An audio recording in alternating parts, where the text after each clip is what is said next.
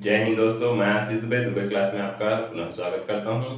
जैसा कि हम लाभ हानि के टॉपिक कवर कर रहे थे, उसमें एक महत्वपूर्ण उसका सब टॉपिक है जिसमें कहा गया है कि क्रय मूल्य और विक्रय मूल्य जब दोनों ही बढ़ाए घटाए जाए। तो आइए जब क्वेश्चन देखते हैं उसमें हमको अच्छे से समझ में आएगा कि ये टॉपिक बोलना क्या चाह रहा है। तो एक दुकानदार अपना सामान 20% लाभ पर बेचता है। यदि वह 10% अधिक पर खरीदता और 25% लाभ पर बेचता तो उसे 14 रुपए अधिक मिलते हैं। हमको क्या ज्ञात करना है? क्रय मूल्य ज्ञात करना है। देखिए यहाँ 20% लाभ पर बेचता है तो सबसे पहले बढ़ा क्या? विक्रय मूल्य। फिर वह 10% अधिक पर खरीदता है, फिर से क्या बढ़ा? क्रय मूल्य। तो क्रय मूल्य और विक्रय मूल्य दोनों ही बढ़ाया या घटाया जाए कह रहे हैं, तो यहाँ दोनों ही एक बार बढ़ रहा है विक्रय मूल्य, फिर उसके बाद क्रय मूल्य बढ़ रहा है, फिर 25% लाभ पर बेचता है तो फिर से विक्रय मूल्य बढ़ रहा है। तो उसको बनाने का हमारा मेथड क्या होना चाहिए, आइए इस क्वेश्चन के माध्यम से हम देखते हैं। तो क्वेश्चन की ओर बढ़ते हुए, तो माना सबसे पहले हमको क्रय मूल्य ज्ञात करना है, तो क्रय मूल्य को ही हम x मान लेते हैं। तो माना क्रय मूल्य मतलब सीपी, मैं शॉर्ट फॉर्म में लिखूंगा, क्रय मूल्य मतलब कॉस्ट प्राइस, सीपी तो कितना है? x है। ठीक है, अब तो ये सीपी ठीक है यहाँ तक। फिर उसके बाद क्या बोला हमारा क्वेश्चन में आते हैं, तो 20% लाभ पर बेचता है, तो हम खरीदे कितने में है? मान ले x में खरीदे हैं। अब 20% लाभ पर बेच रहा है मतलब 20 मतलब लाभ पर बेच रहा है मतलब 120 100 में जुड़ जाता है, तो ये 120। अब परसेंट है तो परसेंट है तो नीचे में क्या लगाएंगे? 100। और ये क्या हो जाएगा? बेचना मतलब ये हो जाएगा हमारा सेलिंग प्राइस। सेलिंग प्राइस मतलब विक्रय मूल्य मतलब बेचना, और यहाँ आ जाएगा x रुपए, क्योंकि इसी में हमको क्या हो रहा है? 120% लाभ पर बेच रहे हैं तो ये 120/100 x। ठीक है, फिर आगे बढ़ते हैं। यदि वह सामान 10% अधिक पर खरीदता, अब खरीदने की बात हो रही है, तो ये क्या हो जाएगा? Cost price. एक बार खरीदना यहाँ हो जाएगा तो कॉस्ट प्राइस को 1 दे दिए, और कॉस्ट प्राइस को हम क्या दे देंगे? 2 दे देंगे, क्योंकि दोबारा खरीदने की बात हो रही। तो क्या बोला है? यदि वह 10% अधिक पर खरीदता, तो इसी को ही अगर वो 10% अधिक पर खरीदता मतलब 110 हो जाएगा, और परसेंट दिया है मतलब बटे में क्या करना है हमको? 100 लगाना है, और ये x तो लगाना ही है। यहाँ तक क्लियर है? फिर आते हैं फिर नेक्स्ट पार्ट में कि 25% लाभ पर बेचता तो उसे 14 रुपए अधिक मिलता है। फिर से क्या बोला? 25% लाभ पर बेचता है, मतलब ये जो खरीदा है उसी को ही क्या कर रहा है? 25% लाभ पर बेच रहा है, मतलब एसपी बेचना। अब यहाँ एक और ऑलरेडी एक एसपी आ चुका है, तो ये इसको 1 दे देते हैं और इसको 2 दे देते हैं, एसपी 2। तो 110/100। अभी क्या बोला है? 25% लाभ पर बेचता, मतलब ये हो जाएगा 125 लाभ, और बटे में परसेंट है तो क्या करना है हमको? 100 यहाँ पर लेना है। इसको सॉल्व कर लेते हैं तो ये हमारा आंसर आ जाएगा 25 से कट रही है 25 पंचे 125 और 25 चौ 100, तो ये हो जाएगा 5 का 110 से गुणा कर देंगे तो कितना आ जाएगा? 550 बटे 4 का 100 से गुणा करेंगे तो ये हो जाएगा 400, और ये x।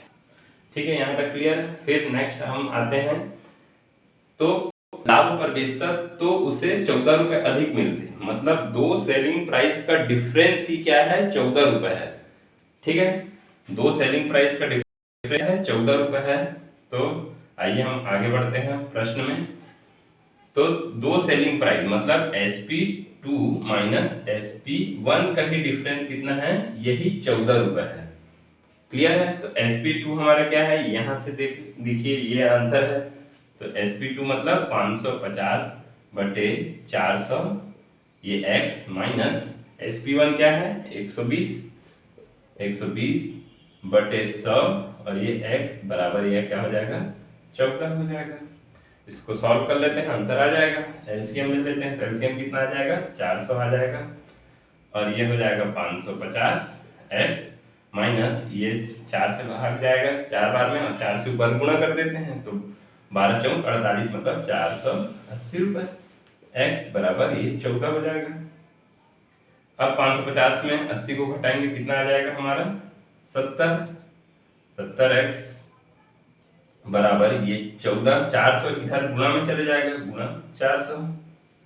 अब इसको सिंपल हम कटा देते हैं तो ये हो जाएगा, एक शून्य यहाँ से, एक शून्य यहाँ से कट गया, बचा 7, तो 7 एकम 7, 7 दूनी 14। तो ये कितना आ जाएगा 40 गुणा 2, ये 80। तो यही हमारा क्या हो जाएगा 80 रुपए आंसर हो जाएगा, मतलब क्रय मूल्य। क्रय मूल्य क्या आया है 80 रुपए। अब हम इसी टॉपिक का ही, जिसमें क्रय मूल्य और विक्रय मूल्य दोनों की बढ़ाया घटाया जाए, इसी का नेक्स्ट क्वेश्चन देखते हैं, जिसमें राम कोई सामान 10% लाभ पर बेचता है। तो यहाँ पर 10% लाभ पर क्या हो रहा है, पहले बेच रहा है। यदि वह 10% कम में खरीदता है, देखिए यहाँ पर पहले बेचा मतलब विक्रय मूल्य, फिर आ गया क्रय मूल्य। तो ये क्या हुआ, पहले लाभ मतलब बढ़ा, फिर क्या हुआ क्रय मूल्य कम हुआ, फिर नेक्स्ट 25% लाभ पर फिर बेचा, मतलब फिर से विक्रय मूल्य बढ़ा। तो ये टॉपिक के अकॉर्डिंग ही क्वेश्चन है। ये होता तो 15 रुपए अधिक मिलते सामान का क्रय मूल्य ज्ञात कीजिए। क्रय मूल्य पर मतलब मैं क्या बताया हूँ, कॉस्ट प्राइस। तो कॉस्ट प्राइस माना, कॉस्ट प्राइस क्या है x रुपए है। कॉस्ट प्राइस हमारा क्या है x रुपए है। तो फिर से आ जाते हैं क्वेश्चन की ओर आगे। तो 10% लाभ पर बेचता, बेचता मतलब क्या बताया हूँ मैं, सेलिंग प्राइस।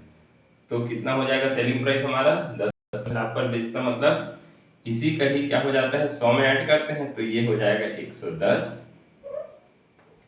110 बटे परसेंट है नीचे, तो क्या करना है हमको 100 लगाना है, और ये x इसी में ही, क्योंकि 10% लाभ पर बेचा है। फिर नेक्स्ट आ जाते हैं, यदि वह 10% कम में खरीदा होता, 10% कम में खरीदा होता, मतलब फिर से कॉस्ट प्राइस। तो दो कॉस्ट प्राइस आ गया, तो मतलब इसको कॉस्ट प्राइस 1 मान लिए, इसको कॉस्ट प्राइस 2 मान लिए। तो 10% कम में खरीदा होता है, तो कम के लिए हमको क्या करना है 10% मतलब 100 में 10 घटाना है, मतलब क्या हो जाएगा 90। और परसेंट है तो क्या बताया था मैं 100 लिखना है नीचे बटे में, और ये x। फिर से नेक्स्ट, और 25% लाभ पर बेचा होता, मतलब बेचा होता मतलब फिर से एसपी आ जाएगा, सेलिंग प्राइस मतलब विक्रय मूल्य बेचना। तो ये 2 हो जाएगा, क्योंकि 1 ऑलरेडी आ चुका है, तो इसको हम 1 दे दिए और इसको 2। तो 25% लाभ पर बेचा होता, मतलब इसी का क्या करना है हमको 25% लाभ निकालना है। मतलब ये कॉस्ट प्राइस अपना हमारा नया आ गया है 90/100, और 25% लाभ मतलब क्या हो जाएगा 125/100। इसको सॉल्व कर देते हैं थोड़ा सा sp2 को। तो ये हो जाएगा 5 से 5, 25 पंचे 125, ये 25 चौक 100 में कट जाएगा। तो 5 गुणा 9 कर देते हैं, 90 से गुणा कर देते हैं, तो 9 पंचे 45, मतलब 450/400, 100 से गुणा किए तो, और ये x, तो ये क्या हो जाएगा sp2 आ गया। अब हम क्वेश्चन में आते हैं फिर से। तो क्या बोला है, बेचा होता तो 15 रुपए अधिक मिलते। अधिक मिलते मतलब सेलिंग प्राइस, दो सेलिंग प्राइस का डिफरेंस ही क्या है 15 रुपए है। तो मतलब क्या बताया मैंने sp2 माइनस sp1 का ही डिफरेंस कितना है 15 रुपए है। तो sp2 की वैल्यू यहाँ से अपन नोट डाउन कर लेते हैं, 450x/400, और sp1 की वैल्यू यहाँ से नोट डाउन कर लेते हैं 110x/100 बराबर कितना आ जाएगा 15। इसको सॉल्व कर लेते हैं, तो 400 क्या आ जाएगा, इसका एलसीएम लघुत्तम आ जाएगा। तो ये वापस से तो एक बार में जाएगा, तो 450x माइनस ये 4 बार में जाएगा, ऊपर 4 से गुणा करेंगे यहाँ पे, तो 4 से गुणा करेंगे 110 का, तो 440, और ये x बराबर कितना आ जाएगा 15। इसको सॉल्व कर लेते हैं, तो कितना आ जाएगा 450 में 440 को हटाएंगे तो 10x, और ये 15, और ये इधर बटे में इधर जाके क्या हो जाएगा गुणा में हो जाएगा, तो गुणा क्या हो जाएगा 400। तो ये यहाँ से 1 शून्य यहाँ से कट गया, 1 शून्य यहाँ से कट गया, तो x बराबर वैल्यू क्या आ जाएगी 15 चौक 60, और ये 1 शून्य और, तो ये हो जाएगा 600 रुपए। तो ये क्या हो जाएगा हमारा कॉस्ट प्राइस। यही क्या है हमारा आंसर है, यही पूछा है कॉस्ट प्राइस क्रय मूल्य। अब हम इसी के सब टॉपिक अनुपात पर आधारित प्रश्न देखेंगे लाभ हानि में ही। तो क्वेश्चन की ओर बढ़ते हैं। किसी वस्तु का विक्रय मूल्य और क्रय मूल्य का अनुपात कितना दिया है? ये विक्रय मूल्य और क्रय मूल्य का अनुपात 5:4 के अनुपात में है। तो वस्तु को बेचने में कितने प्रतिशत का क्या होता है? लाभ होता है। तो हमको क्या करना है? लाभ प्रतिशत ज्ञात करना है इसका।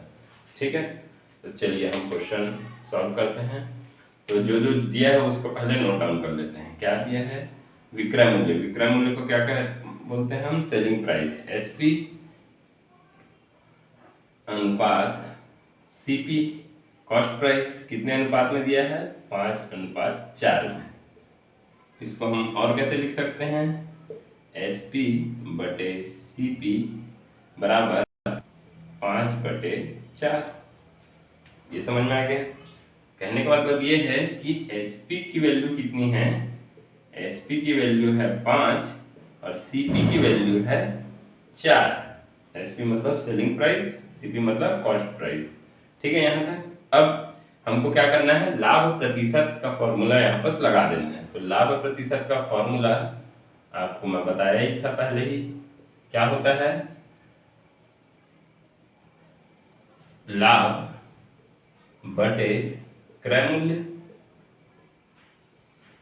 क्रय मूल्य गुणा 100। तो लाभ हमको कब होता है? जब एसपी ज्यादा और सीपी कम, बटे क्रय मूल्य को क्या लिखते हैं? कॉस्ट प्राइस लिखते हैं, गुणा 100। अब यहाँ पे से एसपी की वैल्यू कितनी है? 5 और सीपी की वैल्यू कितनी है? 4 बटे सीपी 4 गुणा 100। यहाँ से कितने आ जाएगा? 5 में 4 गया, ये 1 बटे 4 गुणा 100। यहाँ से काट देते हैं, तो 4 एकम, ये 25 बार में चला जाएगा। तो ये हमारा आंसर कितना आ जाएगा? 25% लाभ। यही क्या है? हमारा आंसर है। ये बहुत ही अच्छा क्वेश्चन है और इस टाइप के क्वेश्चन जो है हमारे एग्जाम में देखने को मिलते हैं। आइए हम नेक्स्ट क्वेश्चन देखते हैं। तो इसमें कहा गया है किसी वस्तु का क्रय मूल्य विक्रय मूल्य का 3/4 है। क्वेश्चन पिछले जैसा ही है, लेकिन इसमें थोड़ा सा वर्डिंग बस चेंज कर दिया गया है, उससे हमको घबराना नहीं है। तो हम लिखते हैं जो जो बोला गया है। विक्रय क्रय मूल्य, क्रय मूल्य विक्रय मूल्य का, विक्रय मूल्य का मतलब गुणा कितना है? 3/4 है। तो यहाँ पर क्या आ जाता है? बराबर आ जाता है। ठीक है, क्रय मूल्य विक्रय मूल्य का 3/4 है। तो यहाँ तक समझ में आ गया। क्रय मूल्य को क्या लिखते हैं हम? Cost price. विक्रय मूल्य को सेलिंग प्राइस इंटू 3/4। यहाँ से हमको सिंपली क्या करना है? एसपी को नीचे ला देना है सीपी के, मतलब कॉस्ट प्राइस बटे सेलिंग प्राइस। कॉस्ट प्राइस बटे सेलिंग प्राइस बराबर क्या हो जाएगा? 3/4। तो हमको पता चल गई वैल्यू किसकी? तो एसपी की वैल्यू कितनी हो गई? 4 और सीपी की वैल्यू हो जाएगी 3। ठीक है, यहाँ तक क्लियर है।